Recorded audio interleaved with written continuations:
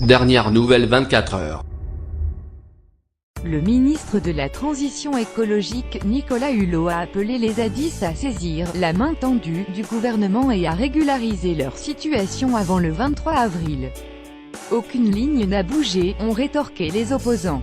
Une semaine après le début de l'intervention des forces de l'ordre sur la ZAD de Notre-Dame-des-Landes dans le but de déloger les occupants illégaux, la venue à Nantes de Nicolas Hulot avait tout du symbole.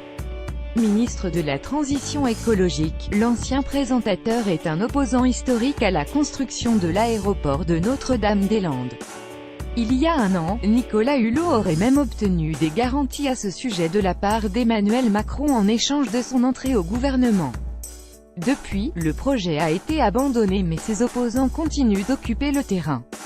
Nicolas Hulot les a rencontrés ce mercredi pour tenter de les convaincre de saisir la main tendue par l'État.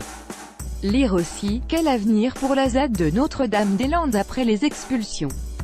L'exécutif a en effet laissé aux opposants jusqu'au 23 avril pour régulariser leur situation et présenter leurs projets agricoles pour les terrains concernés. À l'Assemblée nationale, le Premier ministre Édouard Philippe a répété mercredi que les occupants illégaux qui ne régulariseront pas rapidement leur situation quitteront les lieux, car force doit rester à la loi. Dimanche dernier, Emmanuel Macron avait déjà déclaré qu'après cette date, tout ce qui doit être évacué sera évacué. Nicolas Hulot invite les zadistes à reprendre le dialogue. Ne ratons pas la dernière étape, ne rentrons pas dans une spirale de posture, de confrontation, de violence. Ne confondons pas écologie et anarchie. Et passons à une autre étape, a déclaré Nicolas Hulot devant la presse après sa rencontre avec les zadistes. Cette réunion avait pour but de permettre de trouver une issue au conflit, au 10e jour d'opération de gendarmerie sur le site de 1650 hectares, marqué par des heurts entre opposants et forces de l'ordre.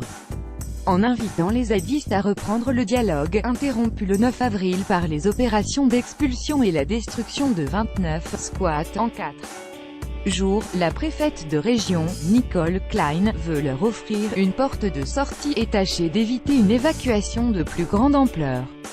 Ils doivent donner leur nom, a souligné la préfète auprès d'une journaliste de l'AFP. S'ils ne répondent pas à minima à cette demande, le président de la République a été très clair, il y aura de nouveau des expulsions. Lire aussi, des gendarmes sortent de leur devoir de réserve pour dénoncer la situation à Notre-Dame-des-Landes et la déclaration d'intention que doivent remplir les zadistes souhaitant entrer dans les règles, comportent en effet leur nom et les grandes lignes de leur projet agricole ou para-agricole. Sans valeur juridique, elle est un préalable à la signature ou non de baux agricoles précaires.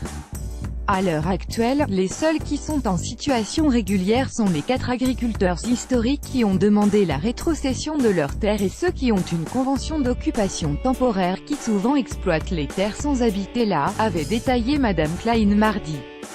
Pour les zadistes, aucune ligne n'a bougé. Les zadistes, qui déplorent l'ultimatum du 23, sorte de couperet et de chantage à la terreur, jugent le format de cette déclaration d'intention trop individuelle.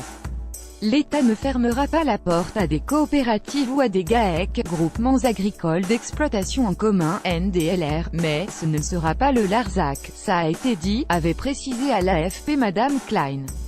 À la sortie de la réunion, les zadistes n'ont pas semblé convaincus.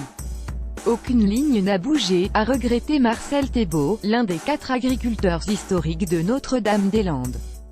Selon lui, la présence de Nicolas Hulot n'a pas changé les données fondamentales. Il nous a dit son incompréhension de la difficulté dans laquelle nous étions aujourd'hui alors que le projet d'aéroport avait été arrêté. On a accepté un rendez-vous pour voir si on avait un climat apaisé, pour voir si on pouvait continuer à travailler ensemble. Malheureusement, on a constaté que rien ne changeait, a déclaré un autre membre de la délégation des zadistes.